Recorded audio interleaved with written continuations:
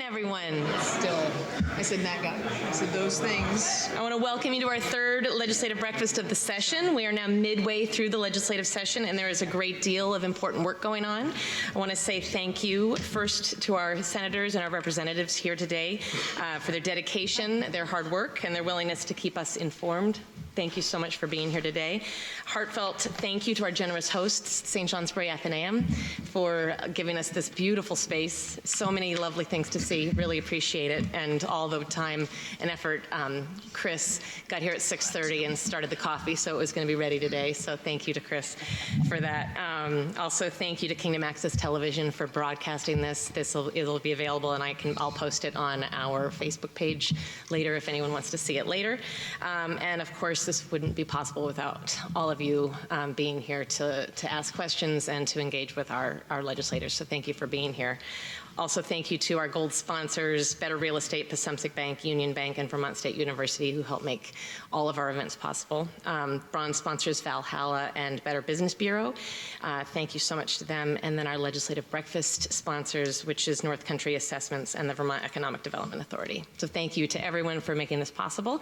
And we will get started with a brief capsule of what you're working on, and then we'll move on to questions. Would you like to get started? Well, we could get started on that side. Thank you. Good morning. Representative Debbie Powers, Waterford, Barnett, and Rygate. I'm on Healthcare Committee, and we are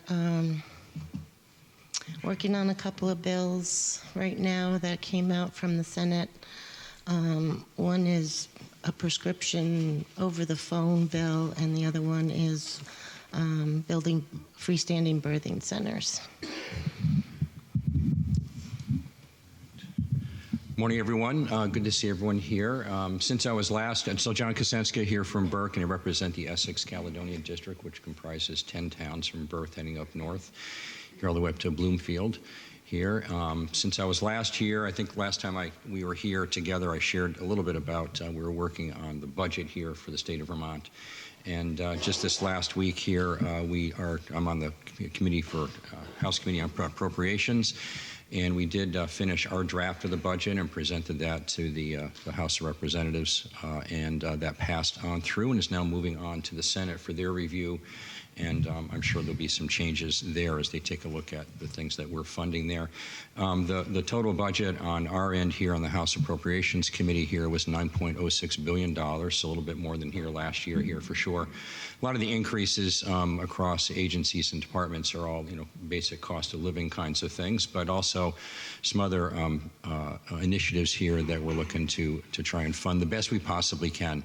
Trying to provide some monies here as best we can here for housing and health services, human services, and trying to fill the gap here as well here for our primary care physicians as well. So we had to make a lot of difficult decisions here of some things to perhaps maybe not fund at all or to fund a little bit less than we did here in previous years. But I think we did a good job here and had a great compromise here with our committee to move things forward. Last time I was here, I reported a little bit here on what may be coming down on the federal side of things, and I can make some more comments about that after folks introduce themselves here, so don't be afraid to ask those questions here, because I know that's on the tops of our mind here, weekly, daily here, as we hear a little bit more about what's happening here with the current administration. So thank you so much, and great to hear from her. Great to see everyone. Morning, Beth Quimby from Linden, representing Caledonia 3. I'm on the Education Committee, and the main work we had is getting our education bill out of committee by Friday night. It is based on the H454 bill that was submitted, which is often called the governor's proposal. However, it was a strike-all amendment, so it looks nothing like what was submitted. I'll just briefly, 5 big things that are in the bill, sort of the highlights. The first is creating a subcommittee of 5 members made up of former superintendents, business managers, and a school board member who will work over the summer and the fall to create these new district lines and report back to the legislature on December 1st. There are class size minimums to be put in place as of August 26. Kindergarten, 12 students, grades 1 through 4, 15 students, and grades 5 through 12, 18 students. There are exemptions for classes that need to remain small, like AP courses, CTE, et cetera. There's also a waiver process in place for schools that will not be able to meet them due to geographic isolation. And there's also a process for a school that can't make those minimums for 2 consecutive years. So it's maybe a 4-year process in all there. Independent schools section, they will also be subject to class size minimums. There's a glide path that was created in there to allow students, high school students that are currently enrolled, whether they're in-state, out-of-state, et cetera, to continue to receive their tuition until they graduate. And then also considering the historic attendance patterns for St. J. Academy, LI, et cetera, the rest of the historic academies that provide basically public education, even though they're independent. Fourth thing is it is requiring the Agency of Education to develop some statewide requirements for consistency, statewide graduation requirements, a statewide calendar, statewide financial and student data systems prior to any consolidation that happens. And the last item is changing the, the appointments of the State Board of Education. It takes away 2 of those appointments from the governor that he currently has.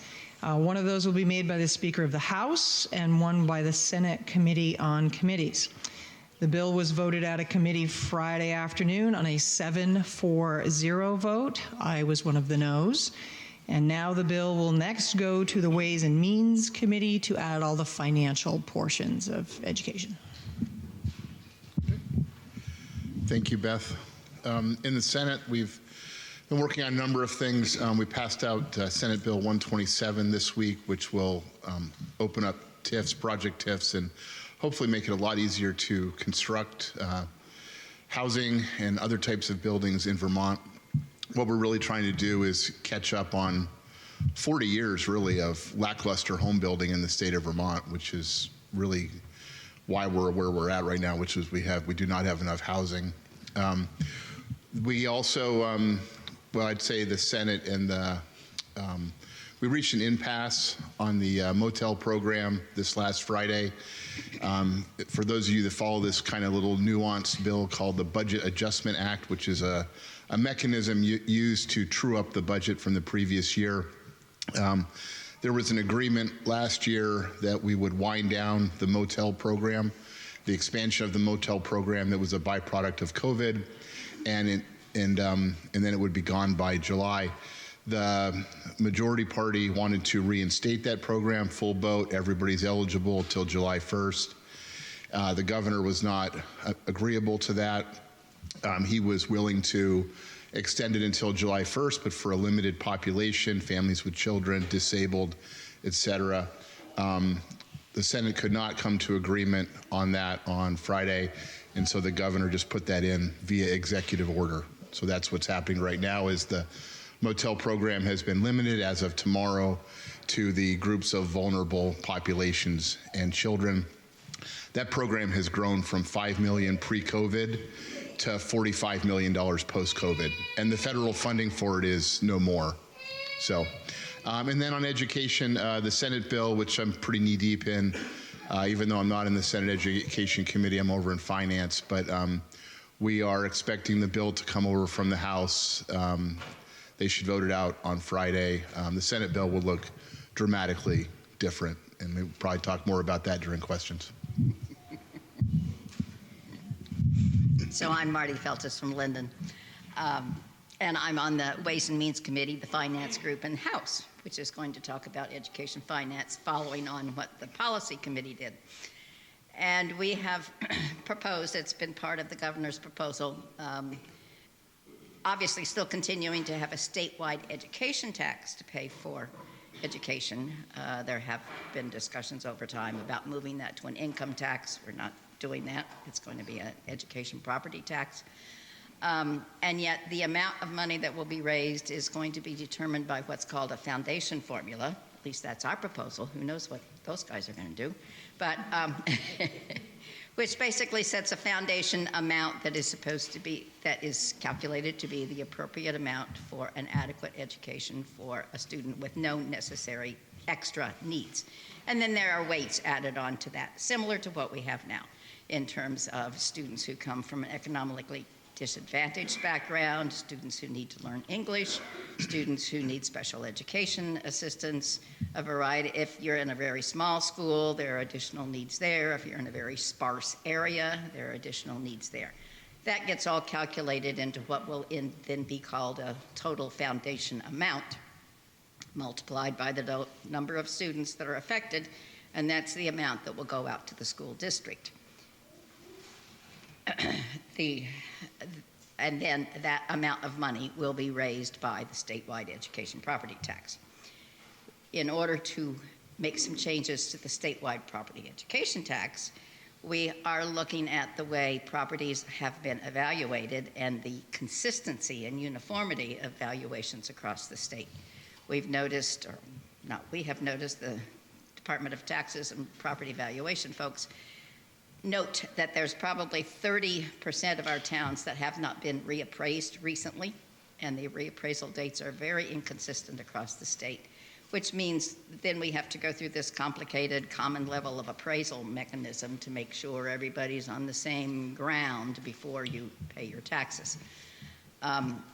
So there has been a discussion to make that more uniform across the state by means of having regional appraisal districts as opposed to each little town appraising their own properties.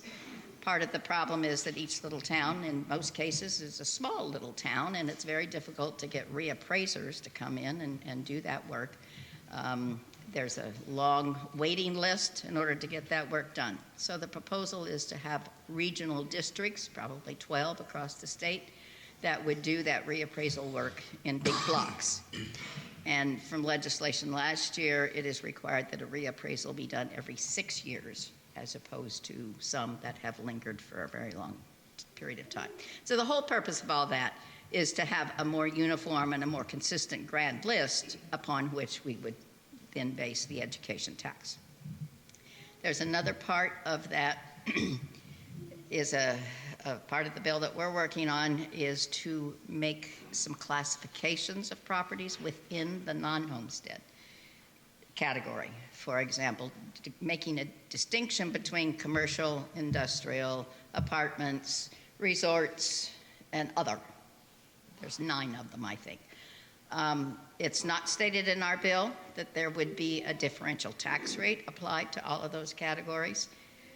I think that's the ultimate game, and I am not in favor of that. I think it all needs to be one single tax rate, but we are continuing to discuss that this particular week. The other part in terms of education taxes is that we currently have a very complex formula for calculating income sensitivity for homesteads on paying the property tax. We are considering moving to a far simpler mechanism, which is simply an exemption off of the value of the property based upon your income, and it would be a sliding stepped down scale. It would be much easier to administer, and it would be much easier for the taxpayer to know ahead of time what their value is going to be taxed, what the value will be, which is taxed. So that's part of our proposal as well. Then finally, not related to future education, but related to our current system, we did set what's called the yield bill, which calculates how much your education tax will be next year. And we have set it so that there will be an increase of 1.1% in a tax bill, not the tax rate, but the actual bill that both homestead and non-homestead will pay over the next year. That's great news in terms of not having much of an increase in your tax bill. However, in order to do that, we used $77 million of general fund money to beef up the revenues into the education fund, which means we need to figure out something that we're going to do for next year, and that's a big mystery as far as I'm concerned. Thanks.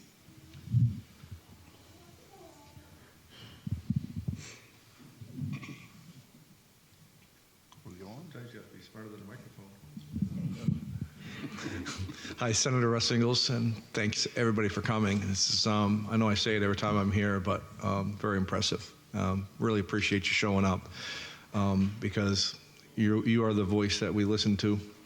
Chair of Senate Agriculture, we've passed out a right to farm bill, which we're pretty happy with. We've been trying to do that for better than 10 years, and it gives protections to farmers in our state, which are now $4.2 billion. Actually, we're going to go over $5 billion as far as economic impact to our state, surpassing tourism, which we're pretty proud about.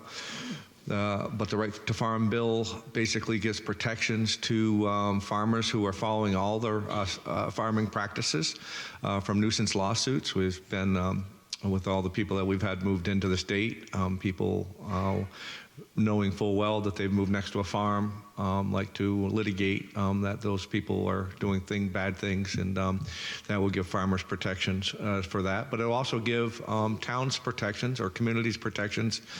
We have a situation in Orleans where has been a commission sales for a lot of years and hasn't been a farm in 100 years. And a fellow's moved in there and raising a lot of pigs, 200-300 pigs right in the center of town, and he's been protected under the Farm Act. But in this bill, if it hasn't been a farm for 5 years, that property would have to follow standard zoning rules. And so you're protecting communities as well. We've passed out a farm resiliency bill with all the past weather experiences that we've had in the last couple of years between the early frosts and the floodings in 2 years in a row.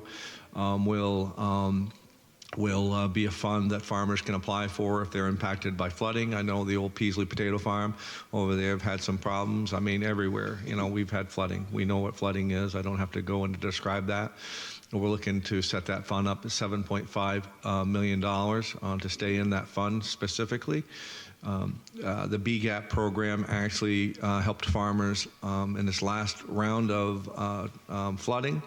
And we came up with this farmer resiliency bill to help farmers specifically. In that BGAP program, we helped 84 farmers with $2.8 million worth of relief, but that with $60 million worth of damages, it's just a tool in a tool belt. I'm also on Senate Institutions Committee. We've passed out a data privacy bill this week. Very happy about that. That will allow people to opt out and stay out, and without your data being farmed out to the World Wide Web or anywhere else in the whole wide world, give you protections there. And if people don't comply with that, there's ways that you can make sure that they will comply. Other than that, I'm going to leave it kind of open. I'd like to hear some questions. And one thing nice about being involved and being one of 30 on the Senate side is that there's probably not too much that doesn't cross in front of me that I'm not aware of, which is very nice. We stay very active, and as Senator Beck has said, we're pretty interested, even though him and I aren't on the education committees, we're pretty interested in what's going on. We have some vested interests between the private and independent schools that we have in our areas, and we really want to make sure that we stay protected and our way of life, our way of educating our kids stays the way that we'd like it to be. But thank you. Hello, I'm Debbie Dolgan. I represent St. Johnsbury, Concord, and Kirby. I want to thank everybody for coming out today, and it's always good to see a full house. And I'm on the Housing Committee, well, General and Housing Committee, and we did pass our housing bill out of our committee. It has a lot in it, and some stuff got cut. We know that already. But that's okay, we have to make cuts. And we do need to build more housing, and when we get more housing in towns, then they're gonna go on the tax roll, and it will just help education also, help people stay in the area. We have companies, well, even the hospital, they're expanding, and they need employees, and those employees need a place to stay. a place to live. We have a lot of bills on our wall, our bulletin board. So what we're doing in committee is we're having everyone introduce to us so we can evaluate what it's all about and decide which ones we can work on this year and the ones that may have to wait till next year to work on.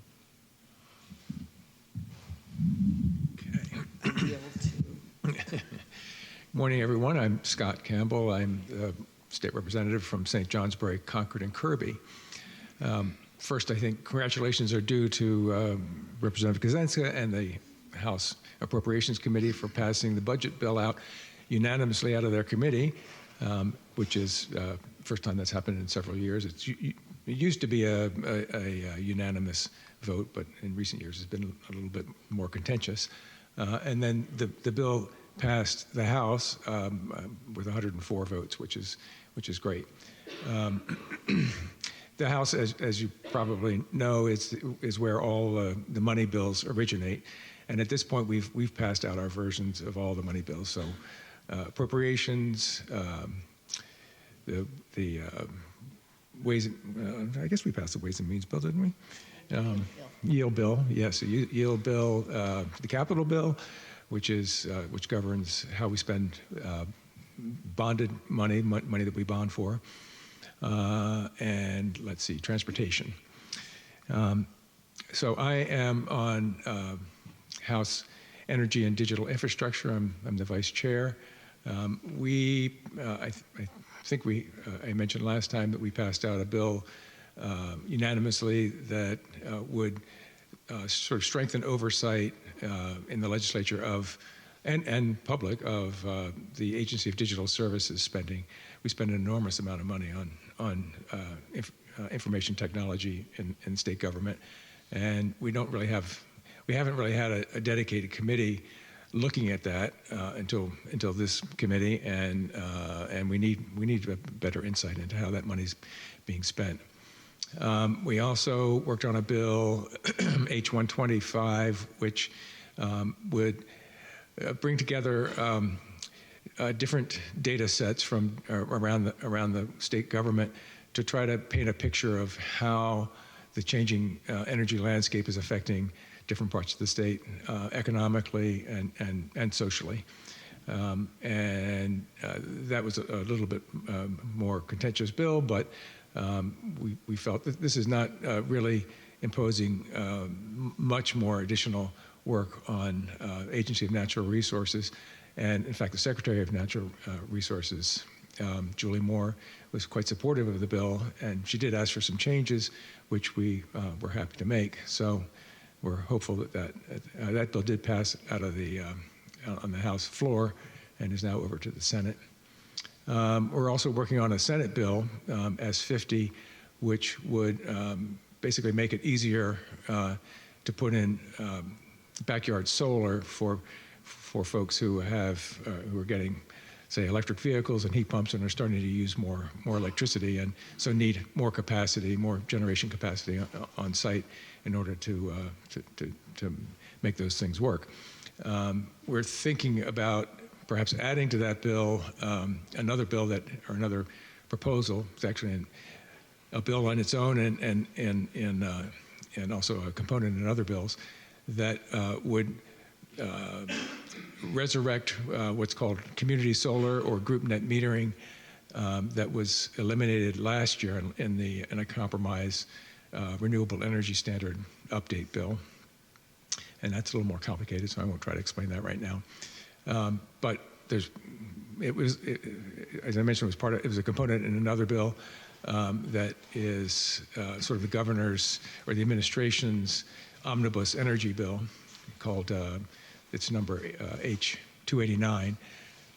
So there are parts of that bill that we're also going to take testimony on, and we're trying to sort of find ways to compromise and move forward on it.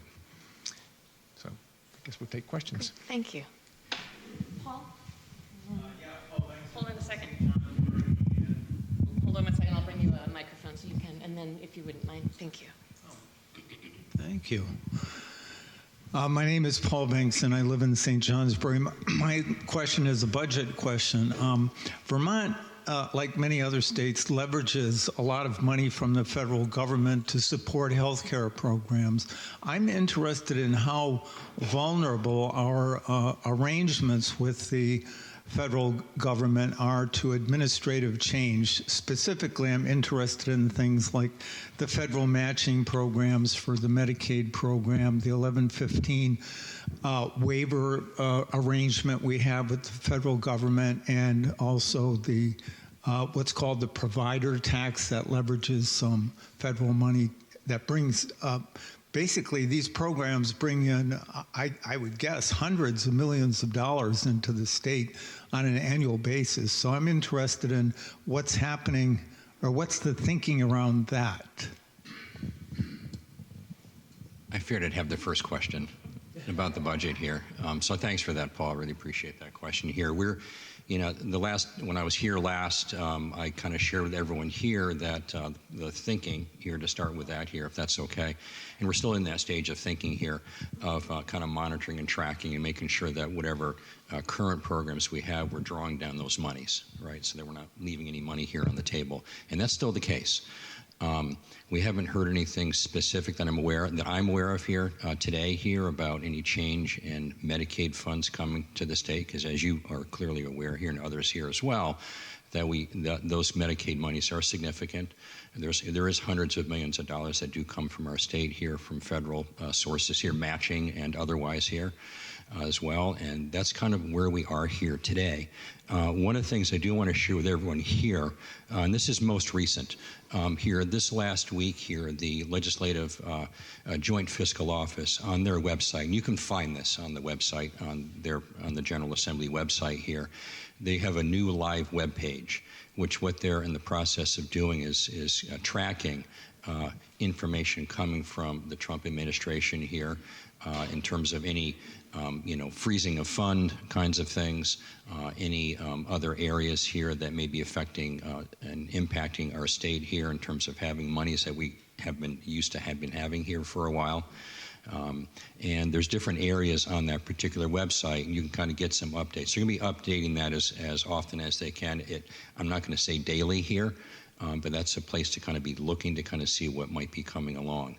I am aware of one particular area here as well under agriculture, for example, and if you don't mind me just kind of clicking that on here, and I'll just give you a quick little title of what's on there right now. So March 21st, not that long ago, so USDA funding for local food purchasing programs terminated, which is affecting monies that had been moved on through the Agency of Agriculture, Food, and Markets. That's one example here. And we're still in the process of tracking that stuff the best that we possibly can. I don't have a lot more specifics for you, Paul, at this point in time here. I know that we, on appropriations, and I would say, I mean, every single member in the General Assembly, both the House and the Senate, are doing our best to be laser focused, to pay attention to anything that's coming down from the federal government, because it affects all of us, every person here in the state of Vermont. And, we're doing our best here to understand the potential impacts, direct impacts here potentially here to us, and try to respond in the most expedient way that we possibly can. Right now, we passed the budget here out of the House. It's moving on to the Senate. Senate's going to have some things I know that they want to fund here. Senator Ingalls mentioned one area here for sure, what we had, our Appropriations Committee had a meeting here with the administration here to understand if there are some significant decreases in federal funding that affects us right here, the steps that we can now be taking to kind of move forward to perhaps fill those gaps, or at worst have to sit down and perhaps have to restructure the entire budget. We do not look forward to having to do that. But there may be some portions of the budget that's come out of our committee and onto the Senate once things are approved here next month, which starts tomorrow, here into May. We're prepared to get back to work and do the best we can to determine what is best here for us to respond. That's the most specific update I can provide for anybody here today here. We did, so I would encourage you to please take a look at that live webpage here. I didn't bring copies here with me here, but we used a handout here in the House here to pass out to all of our legislators to kind of see the areas that we are funding here. And we did our best, I think. I appreciate Representative Campbell, Senator Campbell maybe, Representative Campbell here congratulating the Appropriations Committee because we worked really hard. And we did come to an 11-0-0 decision here to support the budget that we passed out of our committee here. Understanding we may have to get back to work again. We made a very conscious decision to make sure that we did not spend all of the money that would have been available here to us in preparation for any changes that we may have to make. And a significant amount here, too, to kind of help pay down the property tax piece here as well. That was a $77 million set aside here. Didn't even consider that whatsoever here in our budget.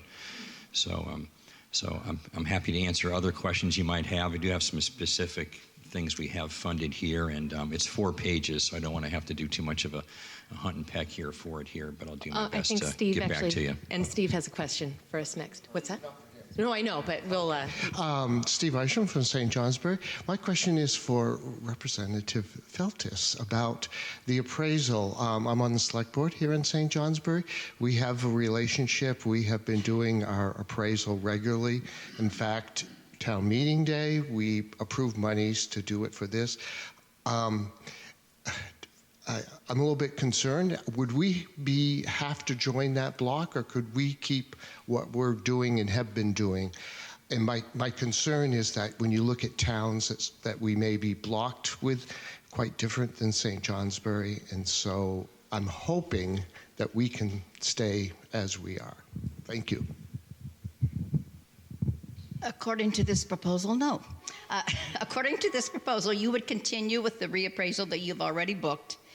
Anything that's already been in the schedule or anything that gets booked fairly soon, and usually takes 2 or 3 years to get it done, would continue. The idea is by 2030, this system would all be in place. And the idea is that there would be these districts, 12 of them across the state, so, the whole county. And yes, there is a concern about the differences between St. Johnsbury and Groton and Waterford and Linden, Newark, those kinds of places. The idea is that reappraisal firms really don't like to do just small communities like yours and mine, and they like to do 30,000 parcels at a time. In theory, obviously, they're looking at the characteristics of each town and at sales in each town in order to figure out the reappraisal values.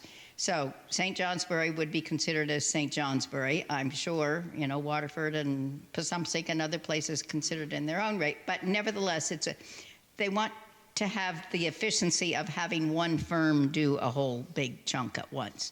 There would be a district advisor from the state level, 1 or 2, depending upon what you need, who are going to assist all of that. And local listers are still involved in terms of maintaining the grand list. However, the concept is having more uniform and more consistent reappraisal across the whole state, because we're paying for education across the whole state, and trying to have that tax base as as consistent as possible, being performed as consistently as possible across the state. So right now, yes, St. Johnsbury would fit into a district of 30 towns, whatever, and there would be one appraisal firm eventually doing that whole big block altogether. Yeah. Here you go. Senators Beck, I'm from Risha Mainhart. I'm from St. Johnsbury, Barnett, St. Johnsbury. I have a question about SR 11. And for everyone, this is a bill regarding the state of Vermont and Canada and our close relations with the country of Canada and the commerce and the social and economic relationship with our great neighbor. Senator Beck? Yes. Is there a question or? What are your feelings on this bill? Okay. Well, I met, excuse me, I met with the Quebec and Canadian consul with Senator Phil Baruth. He's the Senate Pro Tem right now. I'm the Senate Minority Leader. And we had a nice meeting with them. After we were done, Senator Baruth recommended or offered to write a resolution that would establish exactly what you mentioned here, which is our strong ties with Canada and our opposition to tariffs and other structures like that. And then, so Senator Baruth drafted it, and he asked myself to sign it, and a number of other senators signed it. I don't know how many total, but it was far more than half the senators were able to get their name on it. And it just, I mean, it's just simply, it just says, hey, we consider you to be friends, and we want to continue to consider you to be friends, and we don't, we're not supportive of the tariffs that are being discussed. Are you planning to pass this bill, which gives the says that you're going to send this to the president to tell him how we are against his policies against Canada and his attempts to acquire our great neighbor? Yeah, it's not a bill. It's a resolution, which is simply it's a letter that people attach their names to, and it gets sent to whoever's on that distribution list, including the administration and the officials in Quebec and the officials in Canada. And it's a bill. It's just, I'm sorry, it's a resolution.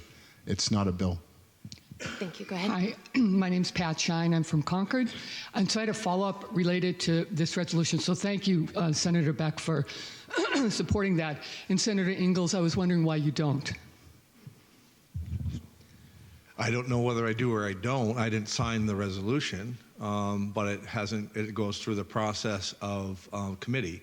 So I want to hear some testimony. I know as far as on the Senate, because I'm a chair of Senate Ag, there's about 240% tariffs on every ag product that we have.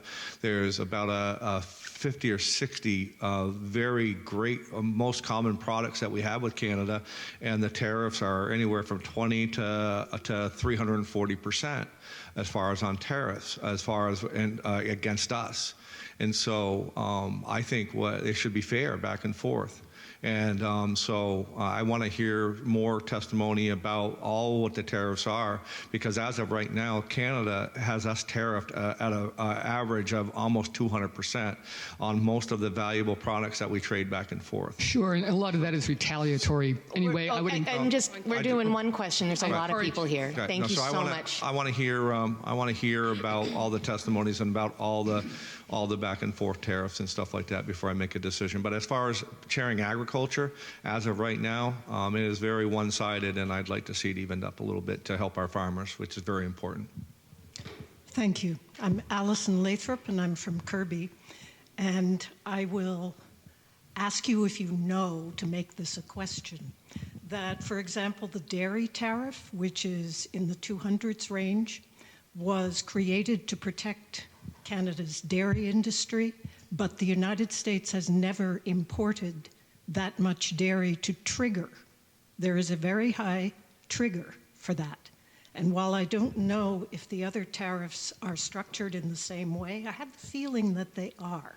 So Canada has never tariffed us. We have simply not imported enough. That's absolutely positively not true. The dairy, yes, it is. I'm sorry, it's not true. It's not true. Thank you for asking questions. I appreciate it.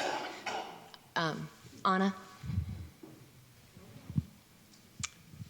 Thank you. My name is Anna Rubin. I live in Peacham, and I have a question for Representative Burt. He is sugaring today and is not here. Okay, and was he here last month? He was here for the first month, but not last month. Okay, he and I had an exchange. I'd like to ask the question anyway. He and I had an exchange early in the session about his position on vaccines, and I want to hear from him about why he feels that it's important to eliminate the protections against people who are vaccinated through his position in that he described to me as protecting a minority of constituents who are non-vaccinated.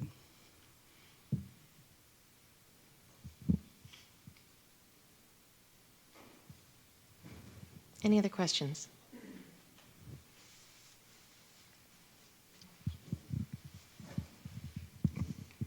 Thank you. I'm a Dorian. I'm one of the homeless families that is in the hotel program.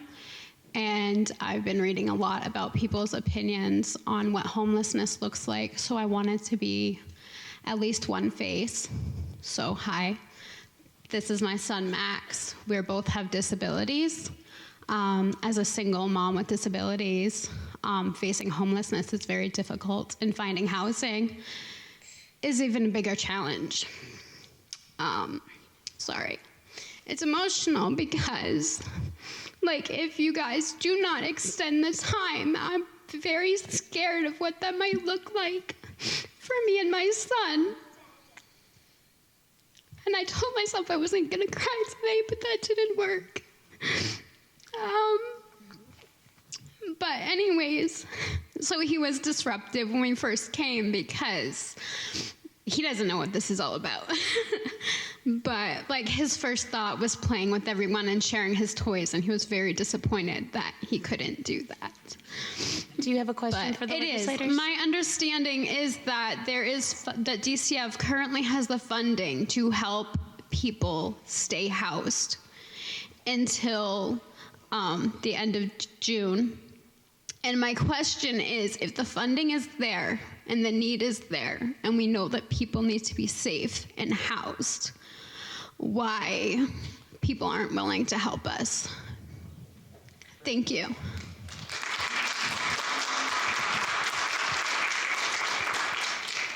Thank you. I didn't catch your first name. I'm sorry.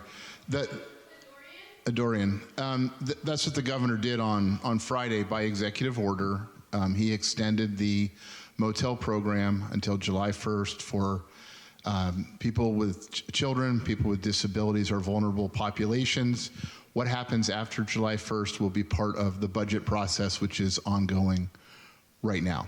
I will say that the governor's, he is a proponent of moving to congregate shelters, that they are, in his opinion, they are a better way to get people in, to give them the services they require, and get them to permanent housing. The motel program has not done a very good job of that, and that's just his perspective. But by executive order, vulnerable populations will have motel housing until July 1st, and then after that, it's part of the budget process, which is ongoing. Scott? Yes, as I understand it, something like 1,400 and some households that are in the hotel motel program currently today.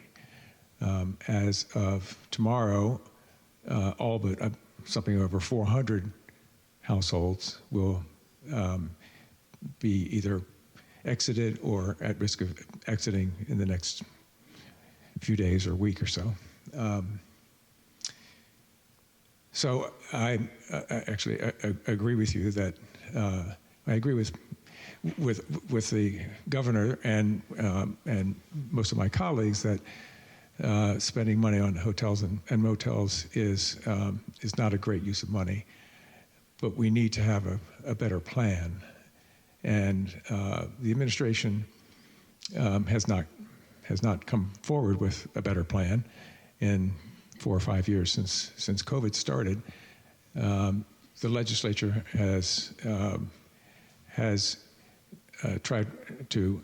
It's become an issue with the budget sort of every year. The legislature's tried working with the administration to come up with limits and deadlines in the hopes that the administration would come up with a plan for a more permanent solution.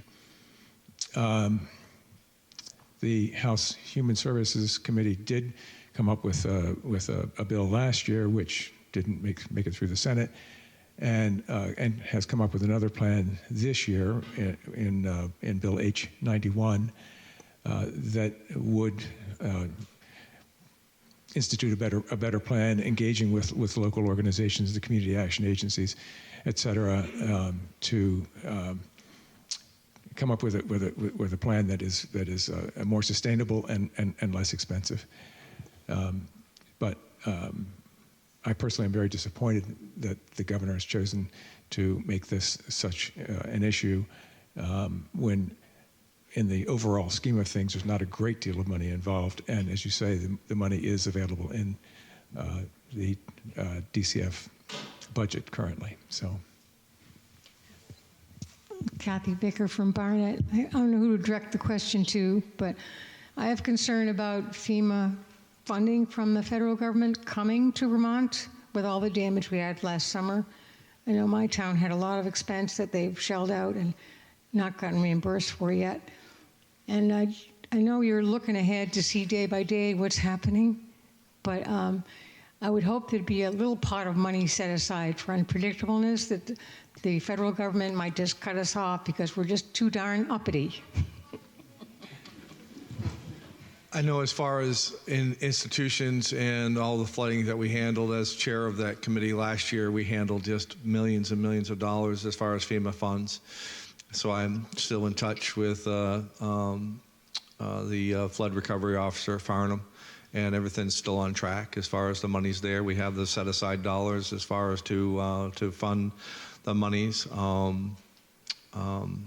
So yeah, so I think we're looking really, really good. The only dollars that I'm aware of that have been cut by the administration is the $1.2 million, and actually that affects my committee. And I've talked with appropriations on the Senate side of it to find monies to backfill those dollars so that those monies will continue to flow. Those are commitments made, so that's the only dollars that I'm aware of anywhere within our budget that has been affected by anything in Washington. But the FEMA money, I think, is safe. I'd like to add just one thing. It's a small amount, but nevertheless, in the flood resiliency bill, H397, I believe, that passed the House, there are two items to help. One is to stabilize the grand list of communities which end up having FEMA buyouts for properties, and therefore the property comes off of the grand list. There's a proposal to use monies from the pilot fund, which is a different source of funds, to support that grand list within the town for 10 years. 5 years at full value and 5 years at half value, so that the town does not lose that grand list value immediately just because the property was bought out by FEMA. The other small amount or small advantage is that towns that end up abating property taxes because of flooding, their obligation to the education fund will be forgiven. The towns are required to pay into the education fund whether the property is there or not. And so this proposal will forgive the town for paying that education tax for properties that were abated due to funding. David, you had a question? Appropriations? So just real quickly here, we've had lots of testimony here from the state agencies, and Doug Farnham, who's been kind of that person to kind of lead the charge here to make sure that FEMA money's coming. There's no indication from him that FEMA's going to stop here. It's a long process to get reimbursed. You know, we know that here, and there's been all kinds of factors that have kind of led to that here. But at least regionally here, all the towns that have completed their paperwork here either have already been reimbursed from a couple of years ago, but I know that we're still kind of waiting here from the last year's flooding pieces. But no indications that that's disappearing. Thank you for your question. I appreciate that very much. David? David Roth from St. Johnsbury. Thanks to you all for being here. I hope we've all watched with growing dismay as students from various institutions around the nation have been either detained or in some cases deported based upon political views. And but for the grace of the fact that we are slightly off the radar, to a comment that was just made, that hasn't happened here in Vermont. Has there been any conversation about a proactive set of either measures or resolutions, Senator Beck, that would in fact make clear that we are interested in protecting not only the rights of our students to protest whatever it is they may believe in, but that we are not interested in or willing to aid in processes that would do what happened to so many students and the one at Tufts just last week. Again, this may not have been something that had been discussed, but not discussing it and hoping for the best is generally not a particularly wise strategy.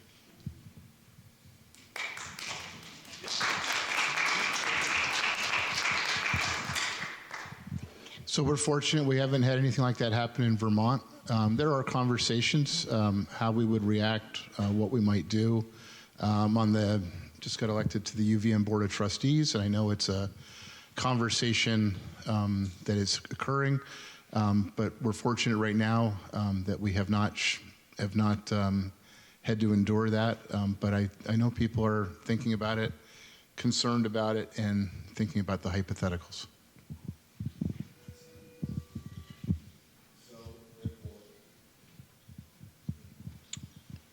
So I'm tied in pretty closely here with Vermont State Colleges here, and I appreciate your question, David, because I was thinking about that the other day about touching base with them if they have any information there, if anything they're receiving across the system there with what we've seen happening here with some students here, Columbia University, Tufts, the most recent one here for sure.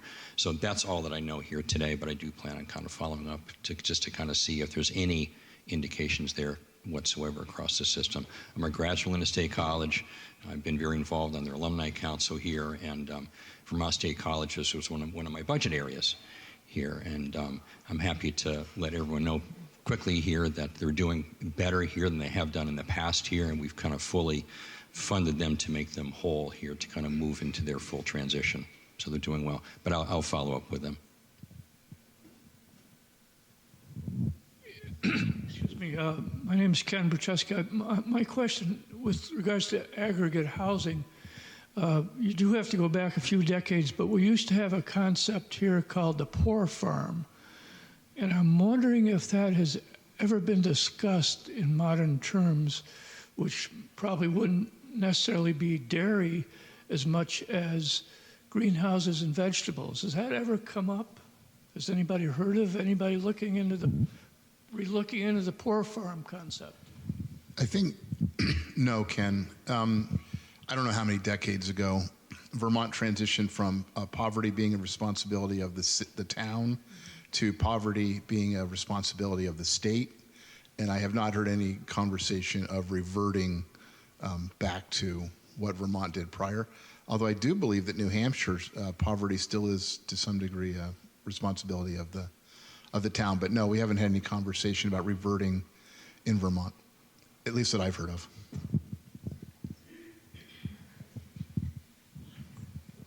Jenna O'Farrell, St. Johnsbury. I appreciate Senator Beck and Representative Quimby kind of left us on an educational cliffhanger. I guess the question is for either one of you. Representative Quimby, possibly why you didn't vote for the bill moving forward, and Senator Beck, what would you like to see in the bill once it hits your table? So the biggest reasons I did not vote for this bill is it's far too weak.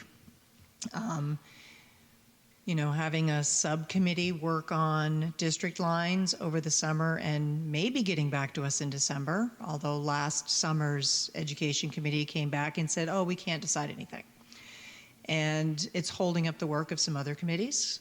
Ways and Means, the chair came in and spoke to us and said, what we need for our work is how many districts are there going to be approximately, what's the size of them approximately going to be, looking at tax capacity. None of that is even going to be possibly given to us in December. They've been charged with coming up with no more than 3 plans, at which point the legislature, my committee, would have to go through them, and we're putting off the work for a year. The Commerce Committee has been charged with dealing with the career and technical education piece, and again, their work is being held up by that. The bill, there was some other language in there that was bipartisan compromise that we all agreed to, and that was pulled from the bill at the last minute to appease and get the votes of some people on the committee. There was some other language in there that, although not popular, I thought showed some courage of conviction. And again, it was pulled at the last minute to appease some people on the committee. So I think what we've passed out of here doesn't say a whole lot for 10 weeks worth of work. So that's why I voted no. So I think the Senate version that will be very different from the House version. Themes. In the Senate, there will be a map of proposed new districts, which will include the concept of the supervisory union. That's the concept that allows towns that choose to publicly tuition their children for some or all grades to continue. I think you will see the Senate bill will be far less prescriptive. I don't think there will be things in there like class sizes and school sizes, and I think it will be more of a let the districts, let the superintendents manage to the money, and all the attack pieces on independent schools and public tuition that are remaining in the House bill. Beth did a really good job of beating a lot of it out of there, but there's still a lot of that in there, and that will be removed as well. The Senate is pushing towards a process whereby new school districts would stand up on July 1 of 2027.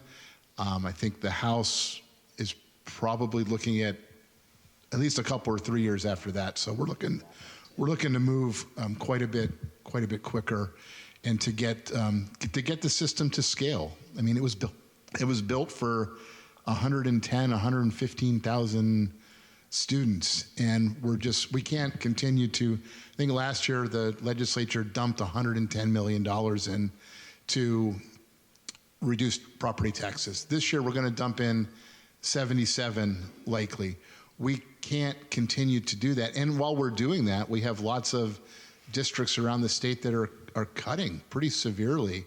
So it's just not a sustainable fund. It's not a sustainable system, and I don't think waiting 3 or 4 years is going to help at all. We need to move a little bit quicker than some of our counterparts in the House are thinking. I'll speak to the timeline.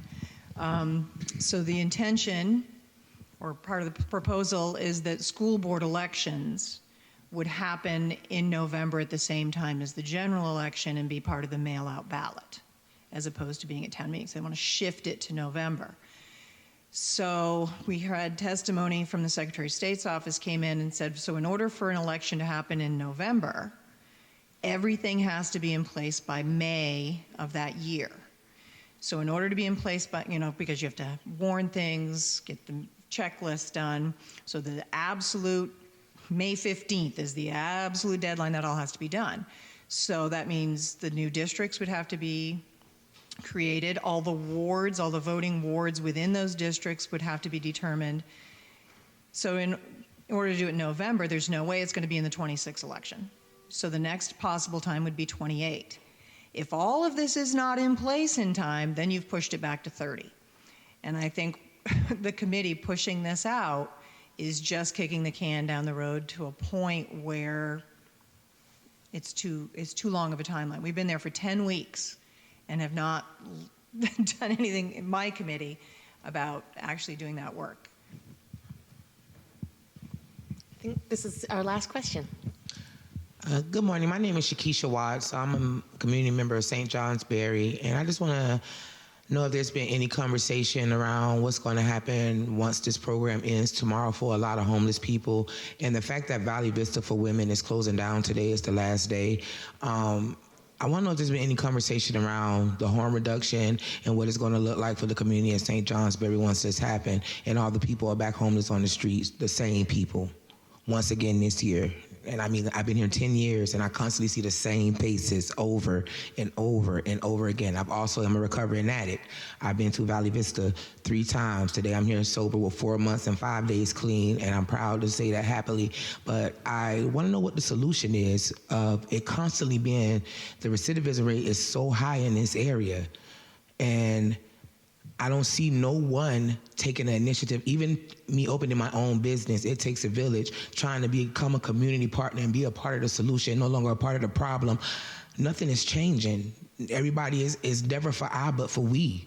You know, and now it's going to be a bigger problem that this program is ending and the same people are going to be back on the street facing the same problem.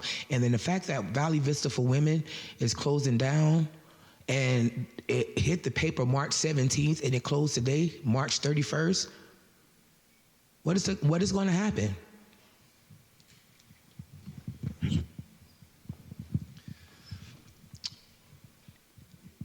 I have been working with Greg and Don Chatro from Jenna's Promise and trying to figure out a solution to do something with Valley Vista.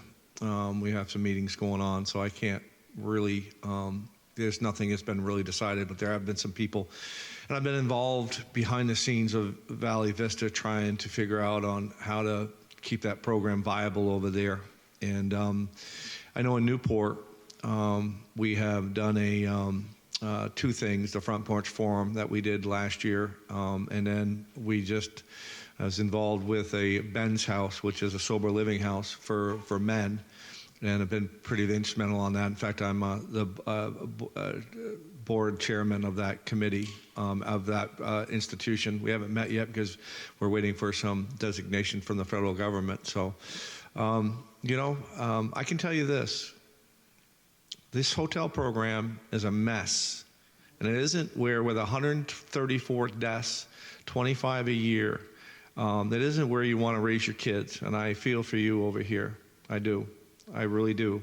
But there, and I disagree with Representative Campbell. The governor has done a lot. He just hasn't been listened to very much, and that's why he was forced to make the move that we made the other day in the Senate. We did a very brave vote and to stop kicking the can down the road, and the governor actually got to where he wanted to be as far as starting to get the conversation started, because the conversations have been stymied. We have to have real conversations, and if you keep on just trying to kick the can down the road, as you've said, we're not going to get anywhere. We have to have real conversations with real people in the room, and we're going to make some progress. And congratulations for you for staying sober.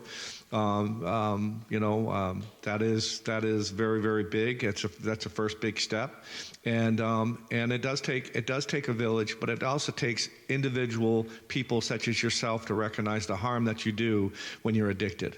And so that's where it starts first. It starts with one person at a time until we get to the end. But this is not a place. I would not want my kids in this hotel motel program.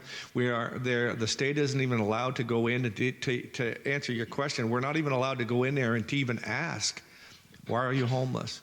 What can we do to help? How can we get you from being addicted? How can we direct you to programs? Why they're in the hotel motel programs, you're not even allowed to go in and ask those questions. How can we help you? No, you're not allowed to do that. And so we have to get to the point to where we are helping people by talking with them and getting people in the room and putting politics aside. It's a human element. Let's just get there, let's talk, let's figure it out together. But if you don't talk and you keep on digging your heels in the ground, the definition of insanity is keep on doing the same failed things over and over again and expect a different outcome. It's time to have conversations to have a different outcome. So we're after 9 o'clock. I would invite people to continue having some conversations after, but I want to honor the 9 o'clock end of this and the time that you are all giving to us. So please feel free to carry on conversation. Thank you so much for being here today. Thank you, senators and representatives, for being here.